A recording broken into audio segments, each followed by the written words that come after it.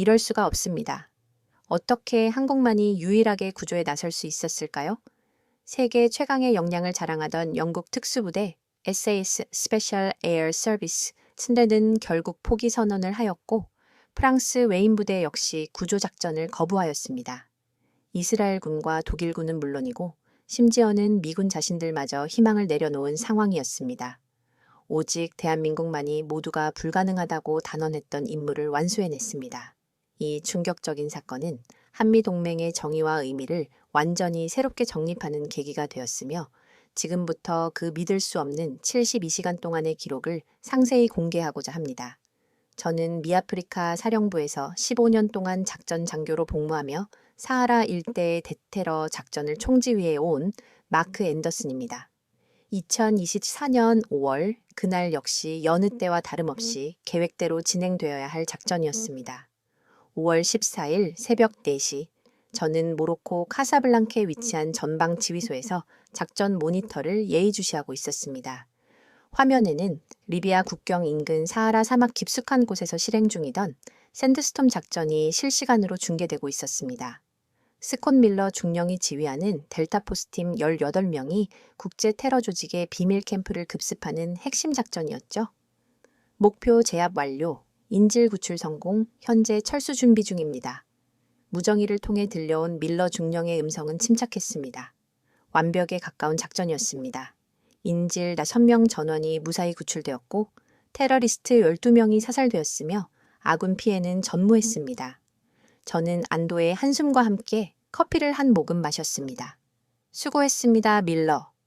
헬기가 30분 이내로 픽업 지점에 도착할 겁니다. 그러나 갑작스럽게 위성 화면이 심상치 않게 흔들리기 시작했습니다. 처음에는 장비 오작동으로 판단했지만 통신병이 다급하게 외쳤습니다. 대규모 모래 폭풍이 접근 중입니다. 예상보다 훨씬 빠른 속도로 이동하고 있습니다. 사하라에서 모래 폭풍은 흔한 일이지만 이번 폭풍은 차원이 달랐습니다. 기상위성이 포착한 폭풍의 규모는 상상을 초월했으며 폭 200km, 높이 3km에 달하는 거대한 모래 장벽이 시속 120km로 돌진하고 있었습니다. 밀러, 긴급 상황이다. 대규모 모래 폭풍이 15분 내로 자네 위치에 도달한다. 즉시 대피하라. 제가 다급하게 지시했습니다. 알겠습니다. 차량으로 이동 중. 잠깐, 이게 뭡니까? 밀러의 목소리는 갑자기 극도의 긴장감으로 가득 찼습니다. 앞쪽 지형이 이상합니다. 모래가 마치 물처럼 흐르고 있습니다. 그 순간 저는 온몸에 소름이 돋았습니다. 유사 알리우샤, 즉 흐르는 모래는 사하라 사막의 가장 치명적인 함정이었습니다. 한번 빠지면 늪처럼 모든 것을 빨아들이는 죽음의 모래바다였죠. 후진해! 당장 후진하라고! 제가 필사적으로 소리쳤지만 이미 때는 늦었습니다. 무정위에서는 비명소리와 엔진의 굉금, 그리고 모래가 금속을 갈아먹는 소름 끼치는 마찰음만이 들려왔습니다. 첫 번째 차량이 가라앉고 있다. 두 번째도 맙소사. 밀러의 목소리는 점점 멀어져 갔습니다. 탈출해! 모두 차량에서 나와. 존슨이 모래에. 안 돼! 잡아! 그리고 찾아온 것은 완전한 침묵, 정적이었습니다.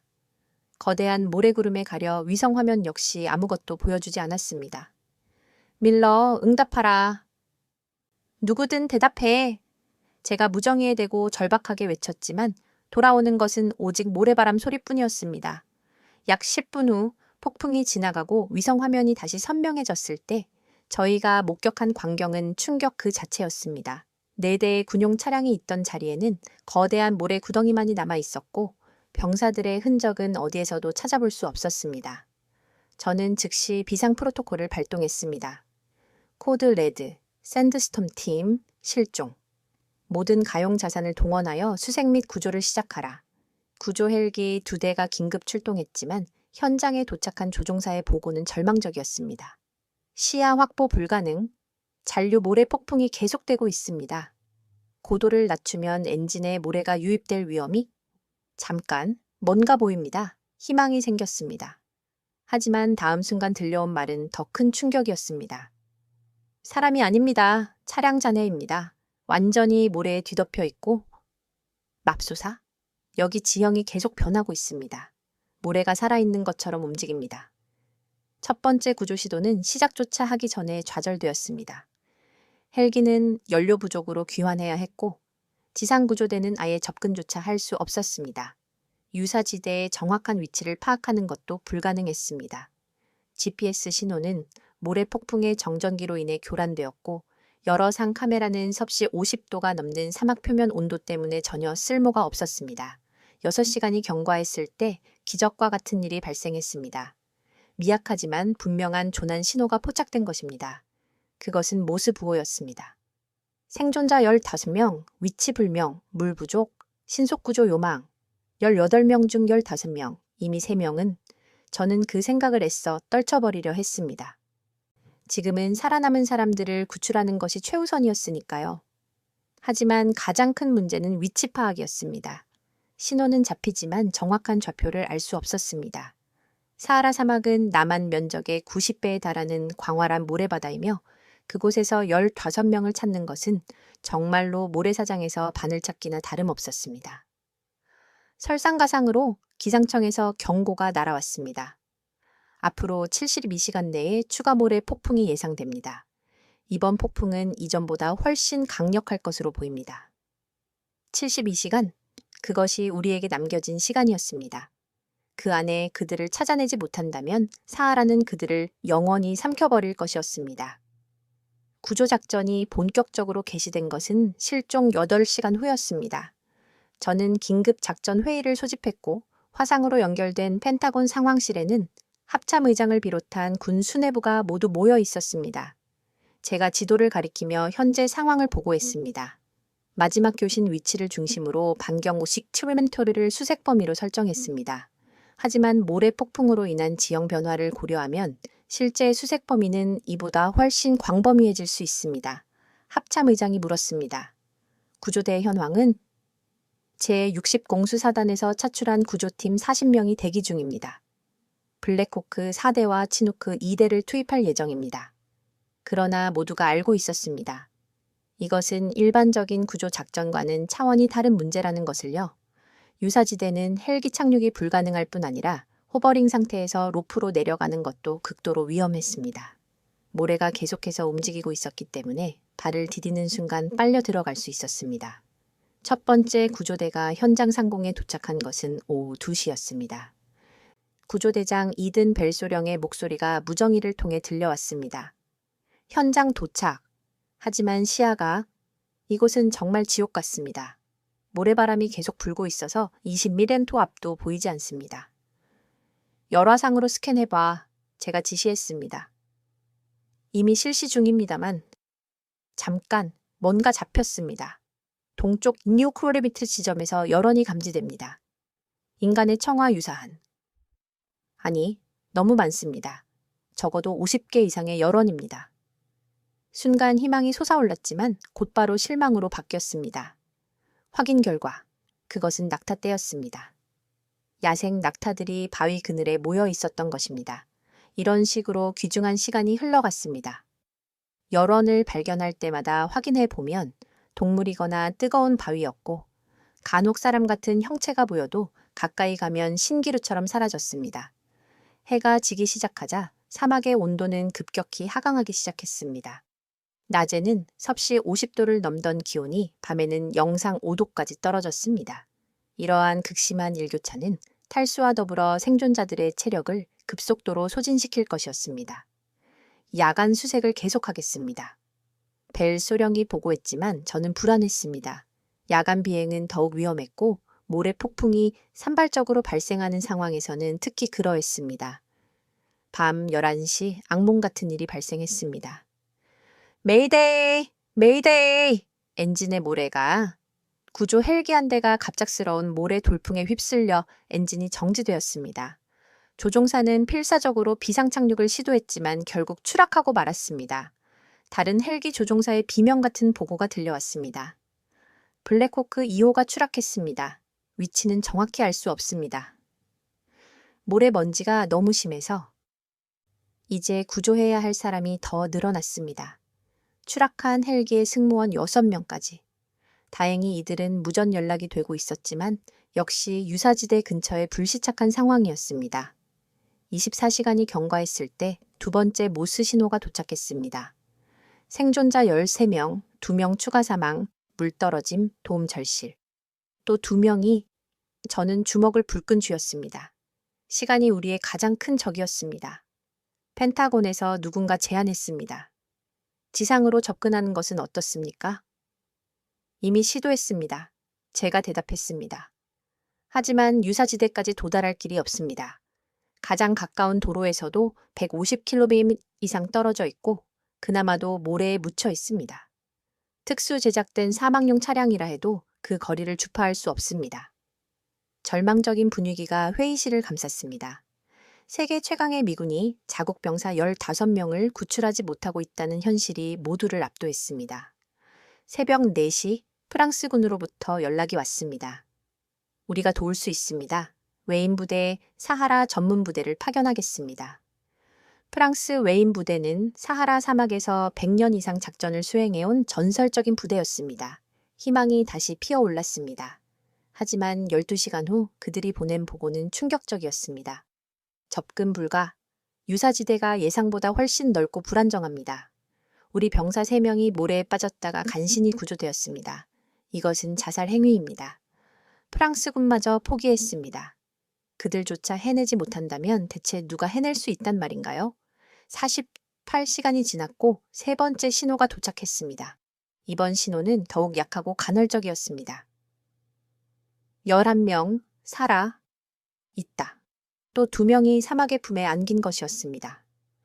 이제 남은 시간은 24시간뿐이었고 추가 모래 폭풍은 점점 가까워지고 있었습니다. 프랑스 웨인 부대의 실패 소식이 전해진 직후 펜타곤은 더욱 필사적이 되었습니다. 국방장관이 직접 나서서 전 세계 동맹국들에게 도움을 요청했습니다. 가장 먼저 응답한 것은 영국이었습니다. 우리 SAS를 보내겠습니다. 사막전 경험이 풍부한 최정예 요원들입니다. 영국 특수공군연대 SAS는 제2차 세계대전 때부터 북아프리카 사막에서 활약한 전설적인 부대였습니다. 그들이라면 뭔가 다를 것이라고 모두가 기대했습니다. 8시간 후 AS팀 24명이 C-130 수송기를 타고 도착했습니다. 팀장 로버트 프레이저 소령은 자신감에 차 있었습니다. 우리는 야간 침투를 시도하겠습니다. 어둠은 우리의 친구입니다. 그들의 계획은 정교했습니다. 최신 야간 투시경과 GPS, 그리고 특수 제작된 사막용 오토바이를 이용해 유사지대 주변을 정찰하고 안전한 통로를 찾아낸다는 것이었죠. 자정, SAS팀이 출발했습니다. 처음에는 순조롭게 보였습니다. 알키로터미트 진입, 지형 양호, 계속 전진 중. 하지만 새벽 2시경 상황이 급변했습니다. 뭔가 이상합니다. GPS가 완전히 마비되었습니다. 나침반도 제멋대로 돌고 있습니다. 사하라의 특정 지역에는 강한 자기장 이상 현상이 있었던 것입니다. 모래 속 철분 함량이 높은 곳에서 종종 일어나는 일이었지만 하필 그때 그곳에서 발생할 줄은 몰랐습니다. 시각적 랜드마크도 없었습니다. 모든 방향이 똑같은 모래뿐이었죠. 잠깐, 이게 뭡니까? 프레이저 소령의 목소리는 긴장으로 가득 찼습니다. 우리가 원을 그리며 돌고 있었습니다. 지난 1시간 동안 같은 곳을 맴돌고 있었어요. 이건 불가능한 일인데. 방향 감각을 완전히 상실한 그들은 결국 동이 틀 때까지 제자리에서 대기할 수밖에 없었습니다. 그리고 날이 밝자 더 큰 문제가 발견되었습니다. 연료가 바닥났습니다. 돌아갈 수도 없고 우리도 구조가 필요한 상황입니다. 세계 최전계의 특수부대가 오히려 조난을 당한 것이었습니다. 다행히 그들은 유사지대는 피했지만 8시간 후 무사히 구조되었음에도 불구하고 또 한 번의 실패로 기록되었습니다. 다음으로 이스라엘이 나섰습니다. 우리는 다른 접근 방식을 취하겠습니다. 최신 드론 기술을 동원하겠습니다. 이스라엘군은 2대의 정찰 드론과 2대의 대형 수송 드론을 가져왔습니다. 그들의 계획은 먼저 드론으로 정확한 위치를 파악하고 수송 드론으로 물과 보급품을 투하한 후 안전한 탈출 경로를 찾는 것이었습니다. 드론이라면 모래 폭풍도 피할 수 있고 유사지대 위를 날 수 있습니다. 이스라엘 팀장 요시 레비 중령이 자신 있게 말했습니다. 하지만 사하라는 그들의 첨단 기술마저 비웃었습니다. 섭씨 50도가 넘는 지표 온도는 강력한 상승 기류를 만들어냈고 드론들은 제어가 불가능할 정도로 심하게 요동쳤습니다. 게다가 미세한 모래 입자들이 드론의 정밀기기에 침투하기 시작했습니다. 1번 드론 다운, 2번 드론도 신호 두절. 1시간 만에 시대 중 8대가 추락하거나 실종되었습니다. 겨우 4대가 생존자들이 있을 것으로 추정되는 지역을 스캔했지만 드론 카메라로는 구별이 어렵습니다. 모래바람이 시야를 가리고 잠깐 신호다. 모스 부호가 잡혔습니다. 4번째 신호였습니다. 9명 남음 또 2명이. 저는 이를 악물었습니다. 이제 남은 시간은 16시간밖에 없었습니다. 독일군이 특수 장갑차를 제안했지만 유사지대까지 갈 수 없었고 캐나다군이 특수 훈련된 수색견을 투입했지만 극심한 더위에 개들이 쓰러졌습니다. 마지막으로 나선 것은 호주군이었습니다. 그들은 아웃백 사막에서의 경험을 바탕으로 특수 제작된 호버크래프트를 가져왔습니다. 공기 쿠션으로 떠서 움직이니 유사지대도 통과할 수 있을 거라는 계산이었습니다. 이론상으로는 완벽합니다. 호주 팀장이 자신 있게 말했습니다. 하지만 현실은 달랐습니다. 사하라의 모래는 호주 사막보다 훨씬 고운 입자였고 호버크래프트가 일으킨 바람에 거대한 모래구름이 생성되었습니다. 시야가 완전히 가려진 상태에서 그들은 바위에 충돌했고 에어 쿠션이 찢어지면서 작전은 실패로 끝났습니다. 60시간이 경과했습니다. 이제 남은 시간은 12시간 뿐이었습니다. 저는 펜타곤 화상회의에서 절망적인 심정으로 보고했습니다. 모든 시도가 실패했습니다. 프랑스, 영국, 이스라엘, 독일, 캐나다, 호주, 세계 최강의 군대들이 모두 포기했습니다. 국방장관의 얼굴이 어두워졌습니다. 다른 방법은 없나? 러시아나 중국은? 그들도 이미 타진해봤지만 거절했습니다. 너무 위험하다고. 바로 그때였습니다. 전혀 예상치 못한 곳에서 연락이 왔습니다. 한국 국방부에서 연락이 왔습니다. 그들이 시도해보고 싶다고 합니다. 회의실에 잠시 침묵이 흘렀습니다. 솔직히 저는 의아했습니다. 한국군이 사하라 사막에서? 그들이 무엇을 할 수 있다는 말인가? 하지만 이미 선택의 여지는 없었습니다. 시간은 계속 흐르고 있었고 9명의 생명이 위태로웠기 때문입니다. 한국군이 지원 의사를 밝혔다는 소식에 펜타곤 회의실은 술렁였습니다. 한국군이요? 합참 의장이 의아한 표정으로 물었습니다. 그들이 사하라 사막에 대해 뭘 안다고? 국방부 정보국장이 태블릿을 확인하며 말했습니다. 한국군 해외 파병부대 아크 부대라고 합니다. 현재 남수단 UN 평화유지군으로 파견 중이며 대장은 이준호 대령입니다. 남수단이면 여기서 3,000km는 떨어져 있잖아. 누군가 회의적으로 말했습니다. 게다가 그들이 사막전 경험이 있나? 저 역시 솔직히 큰 기대를 하지 않았습니다. 한국군이 우수하다는 것은 알고 있었지만 사하라는 차원이 다른 문제였으니까요. 프랑스 웨인 부대도 영국 SAS도 실패한 임무를 그들이 해낼 수 있을까? 하지만 국방장관이 결정을 내렸습니다. 지푸라기라도 잡아야지. 추진합시다. 6시간 후 한국군 수송기가 우리 기지에 도착했습니다. 저는 약간의 의구심을 품고 그들을 맞으러 나갔습니다. 활주로에 C-130B 착륙하고 화물칸이 열렸을 때 저는 당황했습니다. 겨우 25명? 그것도 특수부대처럼 보이지 않는 평범한 군인들이었습니다. 게다가 장비도 최신 전자장비는 거의 없고 오히려 구식처럼 보이는 것들이 대부분이었습니다. 맨 먼저 내린 사람은 50대 중반의 군인이었습니다. 계급장을 보니 대령이었습니다. 키는 그리 크지 않았지만 눈빛에서는 뭔가 남다른 깊이가 느껴졌습니다. 이준호 대령입니다. 그가 격려하며 유창한 영어로 말했습니다. 시간이 없으니 바로 상황을 듣겠습니다.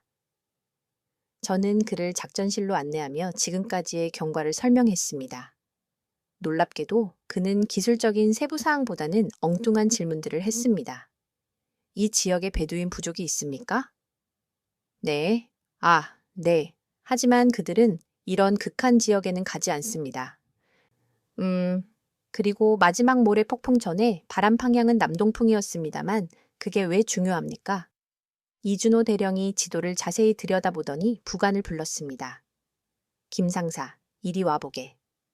김철수 상사라고 소개받은 사람은 더욱 특이했습니다. 얼굴이 새까맣게 그을려 있었고 눈가에는 깊은 주름이 패여 있었습니다. 군인이라기보다는 오랜 세월 야외에서 일한 농부 같았습니다. 이 지형 본 적 있는 것 같은데요. 김 상사가 지도를 보며 중얼거렸습니다. 15년 전에 리비아 국경에서 봤던 곳하고 비슷하네요. 15년 전이요? 제가 놀라서 물었습니다. 그때 여기 계셨단 말입니까? 김 상사가 쑥스럽게 웃었습니다. 파병 근무 중에 이 일대를 좀 돌아다녔습니다. 나중에 안 사실이지만 김철수 상사는 중동 평화유지군으로 파병되었을 때 우연히 베두인 부족을 도와준 일을 계기로 그들과 형제와 같은 관계를 맺었다고 합니다. 그 후로도 기회가 있을 때마다 사하라를 찾아 베두인들과 교류했다고 하더군요. 박소령, 지질 분석 좀 해보게. 이 대령이 또 다른 장교를 불렀습니다. 박서연 소령은 30대 초반의 여성 장교였습니다. 그녀가 노트북을 꺼내 뭔가를 확인하더니 말했습니다. 이 지역 지질 구조가 특이하네요. 5,000년 전에는 호수였던 곳 같습니다. 그래서 지하 깊은 곳에 석회암층이 있고, 아, 이래서 유사지대가 형성되었구나. 무슨 말입니까? 제가 물었습니다. 유사는 그냥 생기는 게 아닙니다. 특정 조건이 맞아야 해요. 지하 수맥, 모래 입자 크기, 그리고 밑에 있는 안반 구조까지 이 데이터를 분석하면 그녀의 손가락이 키보드 위를 날아다녔습니다. 저는 점점 이 사람들이 결코 평범하지 않다는 것을 느끼기 시작했습니다. 찾았습니다. 박소령이 화면을 가리켰습니다. 여기 보세요. 유사지대가 원형이 아니라 초승달 모양입니다. 그리고 이 부분 폭이 좁아지는 곳이 있어요. 아마 이곳에는 단단한 안반이 얕게 깔려 있을 겁니다. 그래서요? 사람이 지나갈 수 있는 통로가 있을 수 있다는 얘기죠. 물론 정확한 위치는 현장에 가봐야 알겠지만요. 이준호 대령이 고개를 끄덕였습니다. 좋아, 작전을 짭시다. 우리는 헬기나 차량을 사용하지 않을 겁니다. 네? 저는 귀를 의심했습니다. 그럼 어떻게 가신다는 겁니까? 거기까지 200km가 넘는데. 그때 창밖으로 이상한 광경이 보였습니다. 한국군 수송기에서 뭔가를 내리고 있었는데, 낙타입니까? 저는 눈을 비볐습니다. 정확히는 단복 낙타입니다. 이 대령이 담담하게 말했습니다. 20마리를 공수해 왔습니다. 남수단에서 베두인 친구들이 빌려준 겁니다. 저는 할 말을 잃었습니다. 21세기에 그것도 긴급한 구조 작전의 낙타라니요? 낙타는 사막의 배입니다. 김철수 상사가 설명했습니다. 시속 6km로 하루 18시간을 쉬지 않고 갈 수 있습니다. 물 없이도 일주일을 버티고 모래 폭풍 속에서도 방향을 잃지 않습니다. 무엇보다 그가 미소를 지었습니다. 낙타는 유사 근처에서 본능적으로 경계합니다. 안전한 길을 찾는 데 도움이 될 거예요. 미군 장교들은 여전히 회의적이었습니다. 그래도 너무 느리지 않습니까? 시간이 10시간도 채 남지 않았는데 빠른 것이 능사는 아닙니다. 이준호 대령이 창밖을 보며 말했습니다. 사막에서는 급할수록 돌아가야 합니다. 그것이 살아남는 법이죠. 그는 팀원들을 돌아봤습니다. 일몰 후 출발한다. 밤 사막은 우리 편이 될 것이다. 김 상사. 베두인 친구들에게 연락했나? 네. 그들이 중간 지점에서 합류하기로 했습니다. 길 안내를 도와줄 겁니다. 저는 마지막으로 물었습니다. 정말 가능하다고 생각하십니까? 이준호 대령이 저를 똑바로 봤습니다. 그의 눈에는 확신이 가득했습니다. 10년 전 아프가니스탄에서 비슷한 일이 있었습니다. 그때도 모두가 불가능하다고 했죠. 하지만 우리는 해냈습니다. 왜냐하면 그가 잠시 말을 멈추고 하늘을 올려다봤습니다. 석양이 사막을 붉게 물들이고 있었습니다. 자연과 싸우려 하지 않고 자연과 함께 했으니까요. 사막도 마찬가지입니다. 사막의 법칙을 이해하고 따르면 사막도 우리를 도울 겁니다. 해가 지고 한국군 팀이 출발 준비를 마쳤을 때 5번째 신호가 도착했습니다. 7명, 또 2명이 사막에 삼켜진 것이었습니다. 이제 정말 시간이 없었습니다. 오후 8시, 마지막 햇빛이 지평선 너머로 사라지자 한국군 팀이 움직이기 시작했습니다. 저는 작전실에서 위성화면으로 그들을 지켜봤습니다. 스무급 5명의 한국군이 20마리의 낙태 나누어 타고 어둠 속으로 사라져가는 모습이 비현실적으로 느껴졌습니다. 정말 미친 짓이야. 옆에 있던 미군 장교가 중얼거렸습니다. 최첨단 장비도 실패했는데 낙타라니? 하지만 출발한 지 2시간 만에 놀라운 일이 벌어졌습니다. 한국군 팀이 예상 경로에서 벗어나 북쪽으로 방향을 틀었던 것입니다. 이탈했습니다. 코스를 이탈했어요. 통신병이 외쳤습니다. 제가 급히 무전을 잡았습니다. 아크 리더, 여기는 컨트롤. 경로를 이탈했습니다. 남서쪽으로 가야 합니다. 이준호 대령의 침착한 목소리가 들려왔습니다. 알고 있습니다. 하지만 바람이 바뀌었습니다. 지금 남서쪽으로 가면 3시간 후 모래 폭풍과 정면으로 충돌합니다. 그건 기상 예보에 없던 베두인들이 알려줬습니다. 낙타들이 불안해하고 있어요. 그들은 기상청보다 정확합니다. 과연 1시간 후 긴급 기상 경보가 날아왔습니다. 예상보다 빠르게 소규모 모래 폭풍이 남서쪽에서 발생했다는 것이었죠. 만약 원래 경로로 갔다면 정면으로 충돌했을 것입니다. 자정 무렵 한국군 팀은 약속된 장소에서 베두인 일행과 만났습니다. 10명의 베두인이 추가로 합류했는데 그들 중 리더는 말리크라는 노인이었습니다. 말리크 노인은 이 사막에서 60년을 살았습니다. 김철수 상사가 무전으로 설명했습니다. 그는 유사지대의 위치를 알고 있을 겁니다. 말리크 노인은 별을 보며 뭔가를 계산하더니 김 상사에게 아랍어로 뭐라고 말했습니다. 김 상사가 통역했습니다. 사흘 전 모래 폭풍이 지형을 많이 바꿔놓았답니다. 하지만 죽음의 초승달이라고 불리는 유사지대는 여전히 그곳에 있을 거래요. 다만 그곳에 가려면 정령들의 길을 지나야 한답니다. 정령들의 길은 베두인들이 부르는 이름이었으며 밤에만 나타나는 특별한 통로였습니다. 낮에는 뜨거운 모래바다였지만 밤이 되면 온도차로 인해 모래가 단단해지는 구간이 있었던 것입니다. 새벽 2시 그들은 유사지대 외곽에 도착했습니다. 하지만 여기서부터가 진짜 문제였습니다. 어둠 속에서 15명의 생존자를 어떻게 찾아낼 것인가? 조용히 하세요. 갑자기 박서연 소령이 말했습니다. 뭔가 들립니다. 모두가 숨을 죽였습니다. 사막의 정적 속에서 희미하게, 정말 희미하게 무언가가 들려왔습니다. 금속 소리입니다. 박소령이 확신에 찬 목소리로 말했습니다. 뭔가를 두드리는 모스 부호예요. 놀랍게도 그녀는 지질학자답게 땅의 진동을 통해 소리를 감지했던 것입니다. 생존자들이 금속 조각으로 바위를 두드려 신호를 보내고 있었고 그 진동이 땅을 통해 전달되고 있었던 것입니다. 방향은 북북동, 거리는 한 500m쯤, 하지만 그곳은 유사지대 한가운데였습니다. 어떻게 접근한단 말인가? 그때 말리크 노인이 나섰습니다. 그는 주머니에서 길다란 막대기를 꺼냈습니다. 그리고는 맨발로 모래 위를 걷기 시작했습니다. 뭐 하는 겁니까? 제가 무전으로 물었습니다. 모래말하기를 듣고 있는 겁니다. 김 상사가 설명했습니다.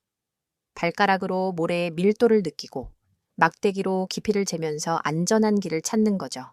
이것은 베두인들이 수천 년간 전에 내려온 기술입니다. 말리크 노인은 마치 춤을 추듯이 느리고 신중하게 움직였습니다. 때로는 멈춰서서 하늘의 별을 올려다보고 때로는 무릎을 꿇고 모래를 한 줌 집어 바람에 날려보았습니다. 30분이 지났을 때 그가 손을 들었습니다. 길을 찾은 것이었습니다. 하지만 폭이 좁습니다. 김 상사가 전했습니다. 한 줄로 서서 정확히 앞사람 발자국을 따라가야 해요. 30cm만 벗어나도. 한국군 팀은 즉시 구조 장비를 준비했습니다. 하지만 일반적인 들것이나 구조 장비는 너무 무거웠습니다. 그러자 그들은 낙타 한 장에서 가죽끈을 풀어 즉석 들것을 만들었습니다. 전통 방식이 때로는 최고의 방법입니다. 이준호 대령이 말했습니다. 드디어 구조대가 움직이기 시작했습니다. 맨 앞에는 말리크 노인, 그 뒤를 한국군이 한 줄로 따랐습니다. 위성 화면으로 보니 마치 거대한 뱀이 기어가는 것 같았습니다. 새벽 3시 30분, 드디어 그들이 생존자들을 발견했습니다. 찾았습니다. 생존자 발견. 하지만 기쁨도 잠시 상황은 심각했습니다. 유고된 명 중 셋은 의식을 잃은 상태였고 나머지도 극도로 쇠약해져 있었습니다. 그들은 바위 틈새에 모여 있었는데 주변은 온통 유사로 둘러싸여 있었습니다. 어떻게 여기까지 왔소? 구조대원이 물었습니다. 스콧 밀러 중령이 갈라진 목소리로 대답했습니다. 처음엔 15명이었소. 하지만 하나둘 모래가 삼켜갔어. 우린 여기 바위에 매달려 버텼소. 여기만 단단했거든. 한국군 팀은 신속하게 응급처치를 시작했습니다. 그런데 그들의 방법이 특이했습니다. 일반적인 수액 대신 뭔가 다른 것을 주고 있었죠. 낙타 저지입니다. 김 상사가 설명했습니다. 전해질 균형이 인간에게 거의 완벽하고 청과 비슷해서 흡수가 빠르죠. 베두인들의 비상약입니다. 놀랍게도 효과는 즉각적이었습니다. 의식을 잃었던 병사들이 하나둘 눈을 뜨기 시작했습니다. 하지만 진짜 문제는 이제부터였습니다. 어떻게 이들을 유사지대 밖으로 데리고 나갈 것인가? 특히 부상자들은 걸을 수도 없는 상태였습니다. 우리가 업고 가야죠. 이준호 대령이 단호하게 말했습니다. 하지만 그럼 균형을 잃고 그래서 훈련받은 것이 아닙니까? 한국군 병사들은 2명씩 조를 짜서 부상자들을 등에 업었습니다. 그리고는 다시 그 위태로운 길을 되돌아가기 시작했습니다. 한 발 한 발이 생사를 가르는 순간이었습니다. 어둠 속에서 오직 앞사람의 발자국만 보고 걷는다는 것은 극도의 집중력이 필요했고 게다가 사람을 업고 있으니 더욱 힘들었을 것입니다. 새벽 4시 45분 마침내 그들이 안전지대에 도착했을 때 모두가 환호했습니다. 하지만 이준호 대령은 여전히 긴장을 늦추지 않았습니다. 아직 끝난 게 아닙니다. 여기서 안전한 곳까지는 50km. 그리고 그가 동쪽 하늘을 봤습니다. 희미하게 밝아오고 있었죠. 해가 뜨면 온도가 급상승할 겁니다. 서둘러야 합니다. 해가 뜨기 시작하자 사막의 온도가 급격히 올라가기 시작했습니다. 새벽 5시에 섭씨 25도였던 기온이 6시가 되자 35도를 넘어섰습니다. 이 속도라면 1시간 후엔 45도가 넘을 겁니다. 박서연 소령이 걱정스럽게 말했습니다. 부상자들이 버틸 수 있을까요? 이준호 대령은 주변을 둘러보더니 결정을 내렸습니다. 여기서 쉬어가야겠습니다. 김 상사, 그늘막을 칠 만한 곳이 있나? 김철수 상사가 말리크 노인과 뭔가 의논하더니 동쪽을 가리켰습니다. 1km쯤 가면 바위지대가 있답니다. 낙타의 무덤이라고 부르는 곳인데 큰 바위들이 있어서 그늘을 만들 수 있을 거예요. 낙타의 무덤이라니 불길한 이름이었지만 선택의 여지가 없었습니다. 일행은 서둘러 그곳으로 향했습니다. 도착해보니 정말 특이한 곳이었습니다. 거대한 바위들이 마치 무덤처럼 솟아 있었는데 그 사이사이에 깊은 그늘이 드리워져 있었습니다. 그런데 박서연 소령이 바위를 살펴보더니 놀라운 것을 발견했습니다. 이 바위들 자연적으로 생긴 게 아니에요. 그녀가 바위 표면을 쓸어내리며 말했습니다. 여기 보세요. 인공적으로 다듬은 흔적이 있어요. 아마 수천 년 전, 지금 고고학할 때가 아니잖아. 누군가 짜증 섞인 목소리로 말했지만 박소령은 계속 바위를 조사했습니다. 아니, 이게 중요해요. 이 구조를 보면 그녀가 갑자기 무릎을 쳤습니다. 이건 고대 대상들이 만든 휴식처예요. 그리고 이런 곳엔 보통 그녀가 특정 바위 밑을 파기 시작했습니다. 30cm쯤 팠을 때 놀랍게도 축축한 모래가 나타났습니다. 물이야, 지하 수맥이 여기 있어요. 모두가 놀랐습니다. 사막 한가운데 물이라니. 하지만 말리크 노인은 고개를 끄덕이며 뭔가 알아보러 중얼거렸습니다. 선조들의 지혜라고 합니다. 김 상사가 통역했습니다. 수천 년 전 사람들은 사막에서 살아남는 법을 알았답니다. 이런 안반 구조 아래엔 소량이지만 물이 고이는 곳이 있다고. 한국군 팀은 즉시 작업에 들어갔습니다. 야전삽으로 조심스럽게 파내려가자 정말로 물이 고인 작은 웅덩이가 나타났습니다. 양은 많지 않았지만 정수 처리를 하면 마실 수 있는 귀중한 물이었습니다. 이걸로 부상자들에게 수분을 공급할 수 있겠군요. 이 대령이 안도의 한숨을 쉬었습니다. 그들이 임시 캠프를 설치하는 동안 저는 펜타곤의 상황을 보고했습니다. 생존자 6명 전원 구조 완료. 현재 바위지대에서 휴식 중. 부상자 상태는 안정적입니다. 회의실에서 안도의 탄성이 터져 나왔습니다. 하지만 아직 안심하기에는 일렀습니다. 여전히 그들은 사막 한가운데 있었고 가장 가까운 안전지대까지는 40킬로미터가 남아 있었으니까요. 오전 8시 불청객이 나타났습니다. 드론이다. 누군가 우리를 감시하고 있어. 한국군 정찰병이 외쳤습니다. 높은 상공에 검은 점이 보였습니다. 누구의 드론인지 알 수 없었지만 분명 좋은 의도는 아닐 것이었습니다. 테러리스트들인가? 밀러 중령이 걱정스럽게 물었습니다. 이준호 대령은 침착했습니다. 누구든 간에 우리 위치가 노출되었습니다. 움직여야 합니다. 하지만 한낮에 사막을 횡단한다는 것은 자살 행위였습니다. 기온은 이미 48도를 넘어서고 있었고 부상자들은 여전히 쇠약한 상태였죠. 그때 박서연 소령이 또 다른 발견을 했습니다. 여기 이상한 게 있어요. 그녀가 바위 틈새를 가리켰습니다. 바람이 나오고 있어요. 시원한 바람이. 조사해보니 바위 아래로 좁은 통로가 있었습니다. 너무 좁아서 사람이 겨우 기어갈 정도였지만 안에서 서늘한 공기가 흘러나오고 있었습니다. 동굴인가? 아니에요. 이건 용암 튜브예요. 박소령이 흥분했습니다. 수만 년 전 화산 활동으로 만들어진 지하 통로죠. 이게 연결되어 있다면 그녀가 지도와 지질 데이터를 대조해 보더니 눈을 빛냈습니다. 맞아요. 이 용암 튜브는 북쪽으로 약 8km 연결되어 있을 거예요. 그쪽 끝은 와디, 그러니까 마른 강바닥과 연결되어 있을 겁니다. 지하 통로를 이용한다. 위험하지만 드론의 감시를 피하고 뜨거운 햇빛도 피할 수 있는 방법이었습니다. 하지만 너무 좁아요. 누군가 우려했죠. 부상자들을 어떻게? 그래서 우리가 있는 거 아닙니까?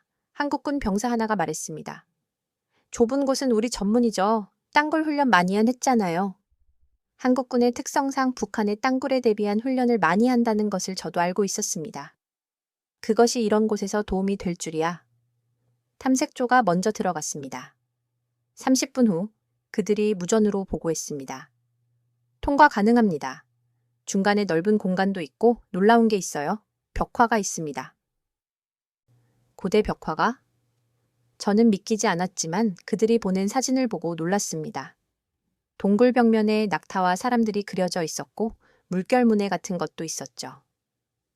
이건 고대 교역로였어요. 박소령이 설명했습니다. 사하라가 지금처럼 완전한 사막이 되기 전 여기도 교역로였던 거죠. 상인들이 더위를 피해 이 통로를 이용했던 것 같아요. 결국 그들은 지하 통로로 이동하기로 결정했습니다. 부상자들을 들것에 실어 조심스럽게 옮기기 시작했습니다. 통로는 정말 좁았습니다. 어떤 곳은 배를 깔고 기어가야 할 정도였지만 한국군 병사들은 놀라운 팀워크를 보여줬습니다. 앞사람이 뒤에 오는 사람을 위해 통로를 정리하고 서로를 밀고 당기며 전진했습니다. 2시간에 걸친 힘든 이동 끝에 그들은 넓은 공간에 도착했어요. 그곳은 마치 지하 성당 같았습니다. 높이가 실매의 눈은 되어 보였고 천장에는 작은 구멍들이 있어 희미한 빛이 들어왔습니다. 여기서 잠시 쉬어가죠. 이 대령이 말했습니다. 그런데 그때 밖에서 폭발음이 들렸습니다. 둔탁한 소리가 지하까지 울려왔습니다. 뭐야? 박격포 소리 같은데. 밀러 중령이 긴장했습니다. 무정위에서 한국군 정찰병의 다급한 목소리가 들렸습니다. 적 발견. 무장 세력 약 30명이 우리가 있던 바위 지대를 수색 중입니다. 테러리스트들이었습니다. 그들도 미군 생존자들을 찾고 있었던 거죠. 포로로 잡거나 더 나쁜 목적으로. 통로 입구는? 이 대령이 물었습니다. 아직 발견 못한 것 같습니다. 하지만 시간 문제일 겁니다. 일행은 서둘러 이동을 재개했습니다. 하지만 통로는 점점 복잡해졌어요. 갈래길이 나타나고 어느 쪽이 맞는 길인지 알 수 없었죠. 그때 김철수 상사가 나섰습니다. 바람을 따라가면 됩니다. 출구 쪽에서 불어오는 바람이 있을 거예요. 그는 손에 침을 묻혀들어 올리며 미세한 바람의 방향을 감지했어요. 원시적인 방법이었지만 가장 확실한 방법이기도 했죠. 또 1시간을 이동한 끝에 드디어 밝은 빛이 보이기 시작했습니다. 출구가 가까웠어요. 하지만 밖으로 나가자 새로운 문제가 기다리고 있었습니다. 그들이 나온 곳은 깊은 계곡이었고 양쪽은 가파른 절벽이었습니다. 그리고 계곡 입구 쪽에서 저건 테러리스트들이 오고 있어. 먼지 구름과 함께 차량들이 접근하고 있었습니다. 뒤쫓아온 것이 아니라 우연히 이쪽으로 오고 있었던 것 같았지만 어쨌든 퇴로가 막힌 셈이었습니다. 어떻게 하죠? 밀러가 물었습니다. 이준호 대령은 계곡 위쪽을 올려다보았습니다. 그리고는 놀라운 결정을 내렸습니다. 올라갑니다. 뭐라고요? 이 절벽을? 다른 방법이 없어요. 그리고 그가 미소를 지었습니다. 한국 산악부대가 괜히 서 있는 게 아닙니다. 절벽을 올라간다는 이 대령의 말에 모두가 당황했습니다. 높이가 적어도 50mm는 되어 보이는 수직 암벽이었습니다. 게다가 부상자들도 있는 상황에서 이건 불가능해요. 밀러 중령이 고개를 저었습니다. 장비도 없고 부상자들은 어떻게... 하지만 한국군 병사들은 이미 움직이고 있었습니다. 그들은 배낭에서 로프와 각종 등반 장비를 꺼냈습니다. 준비된 장비는 많지 않았지만 있는 것만으로도 뭔가를 시도하려는 것 같았습니다. 박중사, 김중사, 선등반 준비. 이 대령이 지시했습니다. 2명의 한국군 병사가 나섰습니다. 그들은 최소한의 장비만 갖고 맨손으로 절벽을 오르기 시작했습니다. 저 사람들 뭐야? 미군 병사 하나가 놀라서 중얼거렸습니다. 나중에 안사실이지만 한국군 특수부대는 험준한 한국 산악 지형에서 극한 등반 훈련을 받는다고 합니다. 그들에게 이 정도 절벽은 충분히 오를 만한 수준이었던 것입니다. 15분 만에 선등반 조가 정상에 도달했습니다. 그들은 로프를 고정하고 아래로 내렸습니다. 이제 다른 사람들도 올라갈 수 있게 된 것이죠. 하지만 여전히 문제는 부상자들이었습니다. 의식이 없는 사람도 있었고 팔다리를 쓸 수 없는 사람도 있었죠. 즉석 도르래를 만들어야겠네요. 박서연 소령이 주변을 둘러보며 말했습니다. 그녀의 지시에 따라 한국군은 있는 장비를 총동원해 간이 도르래 시스템을 만들었습니다. 베두인들이 가져온 낙타 안장과 가죽끈까지 활용했죠. 이론상으로는 가능해요. 박소령이 계산을 마치고 말했습니다. 3명이 위에서 당기고 2명이 아래서 보조하면 시간이 촉박했습니다. 계곡 입구에서 엔진 소리가 점점 가까워지고 있었어요. 서둘러! 이 대령이 외쳤습니다. 첫 번째 부상자가 들것에 실려 올라가기 시작했습니다. 한국군 병사들이 위에서 당기고 아래서는 들것이 바위에 부딪히지 않도록 조심스럽게 밀었습니다. 조심! 오른쪽으로 기울어져요. 잡았어! 계속 올려! 팽팽한 긴장 속에서 구조 작업이 진행되었습니다. 1명, 2명, 부상자들이 하나씩 절벽 위로 올라갔습니다. 4번째 부상자를 올리던 중 로프 하나가 바위에 쓸려 끊어질 위기에 처했습니다. 로프가 닳고 있어! 누군가 소리쳤죠.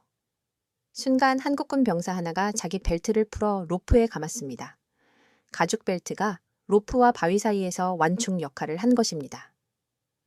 작은 기지였지만 그것이 생명을 구했죠. 마지막 부상자가 올라갔을 때 계곡 아래서 총성이 울렸습니다. 테러리스트들이 도착한 것이었습니다. 빨리 모두 올라와. 남은 사람들이 서둘러 로프를 타고 오르기 시작했어요. 총알이 주변 바위를 때렸지만 다행히 각도상 직접 맞출 수는 없었습니다. 그런데 문제가 생겼습니다. 마지막에 오르던 김철수 상사가 올라오다가 미끄러진 것입니다. 김 상사, 그가 필사적으로 바위를 붙잡으려 했지만 손가락이 미끄러졌습니다. 그 순간 말리크 노인이 놀라운 속도로 움직였습니다. 그는 자신의 터번을 풀어 아래로 던졌고 김 상사가 그것을 잡았습니다. 60이 넘은 노인이 믿기지 않는 힘으로 김 상사를 끌어올렸습니다. 하키 말리크, 하키 말라크. 말리크가 숨을 헐떡이며 중얼거렸습니다. 신의 뜻이라는 의미였죠.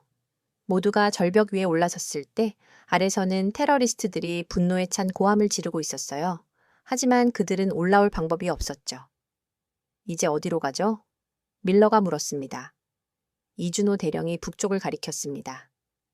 저기 보이는 고원 너머에 연합군 전초기지가 있을 겁니다. 한 20km쯤?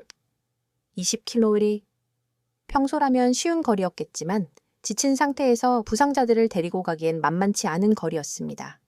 하지만 희망이 보였습니다. 생존자 7명을 구했고 추락한 헬기 승무원 6명도 함께였습니다. 모두 13명, 기적적으로 모두 살아있었죠. 오후 4시. 그들이 고원을 반쯤 지났을 때 하늘에서 헬기 소리가 들렸습니다. 우리 편이에요. 누군가 외쳤습니다. 미군 블랙호크 2대가 낮게 날아왔습니다. 구조 신호를 확인한 그들은 즉시 착륙 준비를 했죠. 여기는 레스큐 1. 시각 확인했다. 착륙 지점 확보 바란다. 한국군은 신속하게 착륙 지점을 정리했습니다. 그리고 마침내, 정말 마침내 헬기가 착륙했습니다. 부상자들이 먼저 헬기에 실렸습니다. 밀러 중령이 헬기에 오르기 전 이준호 대령에게 다가왔습니다. 대령님, 그는 말을 잇지 못하고 그저 경례를 했습니다. 눈가에 눈물이 맺혀 있었죠. 임무를 완수했을 뿐입니다. 이 대령이 경례를 받으며 말했습니다. 김철수 상사는 말리크 노인과 작별 인사를 나누고 있었습니다. 두 사람은 굳게 포옹했습니다. 인샬라 다시 만날 거예요. 말리크가 말했습니다. 인샬라. 김 상사가 답했습니다. 신의 뜻이라면 이라는 의미였죠. 박서연 소령은 마지막까지 지질 샘플을 채취하고 있었습니다. 이 데이터는 정말 귀중해요. 앞으로 사막작전에 큰 도움이 될 거예요. 유사지대 예측, 지하수맥 위치, 그리고 고대 통로들의 위치까지. 헬기가 이륙하면서 저는 위성 화면으로 그 광경을 지켜봤습니다. 한국군과 베두인들이 손을 흔들며 헬기를 배웅하는 모습이 비현실적이었습니다. 그들은 해냈습니다. 세계 최강의 특수부대들이 모두 실패한 임무를 단순하면서도 지혜로운 방법으로 성공시킨 것입니다. 첨단 장비 대신 낙타를, GPS 대신 별을, 컴퓨터 대신 고대의 지혜를 사용하여 말이죠. 저녁 6시 구조된 모든 인원이 안전하게 기지에 도착했습니다. 의료진이 대기하고 있었고 부상자들은 즉시 치료를 받기 시작했습니다. 기적이었습니다. 정말로 기적이었습니다. 6~5명으로 줄어들었던 생존자들이 모두 살아 돌아왔고 추락한 헬기 승무원들까지 전원 구조되었으니까요. 구조작전이 성공적으로 끝났다고 생각한 순간 예상치 못한 위기가 닥쳤습니다. 긴급 상황입니다. 통신병이 다급하게 외쳤어요. 한국군 팀이 기지로 복귀하던 중 대규모 적과 조우했습니다. 저는 즉시 상황실로 달려갔습니다. 위성 화면에는 충격적인 장면이 펼쳐지고 있었죠. 한국군과 베두인 일행을 테러리스트 차량 10여 대가 포위하고 있었던 것입니다. 어떻게 된 거야? 아마 헬기를 추적했거나 애초부터 이동 경로를 예상하고 매복했던 것 같습니다. 이준호 대령의 목소리가 무전으로 들려왔습니다. 적 병력 약 80명, 중화기로 무장. 현재 바위 뒤에 엄폐 중이나 포위되었습니다. 80대 25. 게다가 한국군은 구조작전을 위해 왔기에 중화기가 없었습니다. 소총과 소량의 탄약뿐이었죠. 항공 지원을 보내겠다. 제가 말했지만 이 대령의 대답은 예상 밖이었습니다. 시간이 없습니다. 그리고 여기 베두인 민간인들도 있어요. 무차별 공격은 안 됩니다. 맞았습니다. 말리크와 베두인들이 함께 있었죠. 그들을 위험에 빠뜨릴 수는 없었습니다. 그럼 어떻게? 우리가 해결하겠습니다. 잠시만 기다려 주십시오. 이 대령이 뭔가 계획이 있는 것 같았습니다. 하지만 도대체 어떻게? 15분 후 놀라운 일이 벌어졌습니다. 갑자기 테러리스트들 사이에서 혼란이 일어나기 시작한 것입니다. 그들이 서로를 의심하며 총구를 겨누고 있었죠. 뭐가 어떻게 된 거야? 곧 그 이유가 밝혀졌습니다. 김철수 상사가 베두인들과 함께 뭔가를 한 것이었습니다. 그들은 테러리스트들이 마시는 물통에 접근해서 독을 탄 건 아닙니다. 나중에 김 상사가 설명했어요. 그저 강력한 설사제를 넣었을 뿐이죠. 사막에서 탈수 증상은 치명적이니까요. 테러리스트 절반이 갑작스러운 복통으로 전투 능력을 상실했습니다. 그들은 서로를 배신자로 의심하며 내분이 일어났죠. 그 혼란을 틈타 한국군은 반격에 나섰습니다. 하지만 여전히 수적 열세였습니다. 그때 또 다른 기적이 일어났습니다. 남쪽에서 모래먼지가 피어오르더니 낙타를 탄 베두인 전사 50여 명이 나타난 것입니다. 말리크의 부족민들입니다. 김 상사가 외쳤습니다. 알고 보니 말리크가 미리 자기 부족에게 연락을 해 두었던 것이었습니다. 그들의 은인을 구하러 온 것이었죠. 베두인들의 전투 방식은 독특했습니다. 그들은 낙타를 타고 질주하며 정확한 사격을 가했습니다. 수백 년간 사막에서 살아온 그들에게 이런 전투는 익숙한 일이었죠. 좌측 돌파구가 열렸습니다. 한국군 정찰병이 보고했어요. 지금이다. 이동. 한국군과 베두인들이 일사불란하게 움직였습니다. 한국군이 엄호 사격을 하는 동안 베두인들이 낙타로 길을 열었죠. 하지만 테러리스트들도 필사적이었습니다. 그들은 차량으로 추격해왔습니다. RPG다! 누군가 외쳤어요. 로켓포가 날아왔지만 놀랍게도 빗나갔습니다. 아니, 정확히는 빗나간 게 아니었습니다. 모래바람이다! 박서연 소령의 예측대로 오후 5시경 강한 모래바람이 불기 시작한 것이었습니다. 시야를 가리는 모래구름이 천연 연막이 되어주었죠. 바람을 등지고 가세요. 박소령이 외쳤습니다. 이 바람은 1시간은 지속될 거예요. 그들은 모래바람을 방패 삼아 북쪽으로 질주했습니다. 테러리스트들은 시야를 잃고 엉뚱한 방향으로 총을 쏘았습니다. 30분 후 그들은 안전지대에 도달했습니다. 미군 전초기지가 보이자 테러리스트들은 추격을 포기했습니다. 전원 무사합니다. 이 대령이 보고했을 때 저는 안도의 한숨을 내쉬었어요. 하지만 이야기는 여기서 끝이 아니었습니다. 그날 밤 구조된 미군의 디브리핑 과정에서 충격적인 사실이 밝혀졌습니다. 그들이 왜 그 위험한 지역에 있었는지, 그리고 왜 테러리스트들이 그토록 필사적으로 그들을 쫓았는지 밀러 중령이 고백했습니다. 우리는 단순한 인질 구출이 아니었습니다. 테러 조직의 핵심 인물을 제거하는 임무였죠. 그리고 그는 잠시 말을 멈췄다가 이어갔습니다. 우리가 확보한 정보가 있습니다. 테러 조직이 이 지역 어딘가에 화학무기를 숨겨두었다는 그 위치를 아는 사람을 우리가 잡았었어요. 그래서였구나. 테러리스트들이 그토록 필사적이었던 이유가. 그 사람은 어디에? 제가 물었습니다. 살아 있습니다. 부상자 중 한 명으로 위장시켰죠. 한국군도 모르게. 저는 놀랐습니다. 그 위험한 작전 내내 그런 중요한 인물이 함께 있었다니. 이제 그 정보로 화학무기를 찾을 수 있겠군요. 네, 수많은 생명을 구할 수 있을 겁니다. 그리고 이 모든 게 한국군 덕분입니다. 일주일 후 특별한 시상식이 모로코 카사블랑카 미군 기지에서 열렸습니다. 규모는 작았지만 그 의미는 결코 작지 않았습니다. 이준호 대령과 한국군 팀원들, 그리고 특별 게스트로 초청된 말리크와 베두인 대표들이 참석했죠. 구조된 미군 생존자들도 모두 자리를 함께 했습니다. 미아프리카 사령부 사령관이 직접 훈장을 수여했어요. 여러분은 불가능을 가능으로 만들었습니다. 천막안덱 안더즈 오덕 최치 첨단 기술이 아닌 고대의 지하기로 힘이 아닌 자연과의 조화로 기적을 이뤄냈습니다. 이준호 대령이 답사를 했습니다. 사막이 우리에게 가르쳐 준 것이 있습니다. 때로는 가장 단순한 방법이 가장 효과적이라는 것을, 그리고 진정한 힘은 첨단 장비가 아니라 서로를 신뢰하고 돕는 마음에서 나온다는 것을요. 그의 말이 끝나자 밀러 중령이 일어났습니다. 그는 한국군 팀원들 앞으로 걸어가 한 명 한 명과 악수를 나눴습니다. 제 목숨의 은인들입니다. 평생 잊지 못할 겁니다. 특히 감동적이었던 것은 김철수 상사와 말리크의 우정이었습니다. 말리크는 김 상사에게 특별한 선물을 했을 텐데 그것은 대대로 내려온 베두인 족장의 단검이었습니다.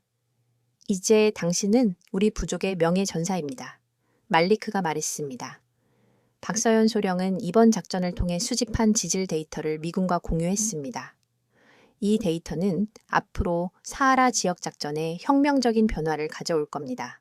유사지대 예측, 지하 수맥 위치, 그리고 고대 통로들의 위치까지 수많은 생명을 구할 수 있을 거예요. 시상식이 끝난 후 저는 이준호 대령과 따로 이야기를 나눴습니다. 어떻게 그런 결정들을 내릴 수 있었습니까? 낙타를 이용하고 고대 통로를 찾고.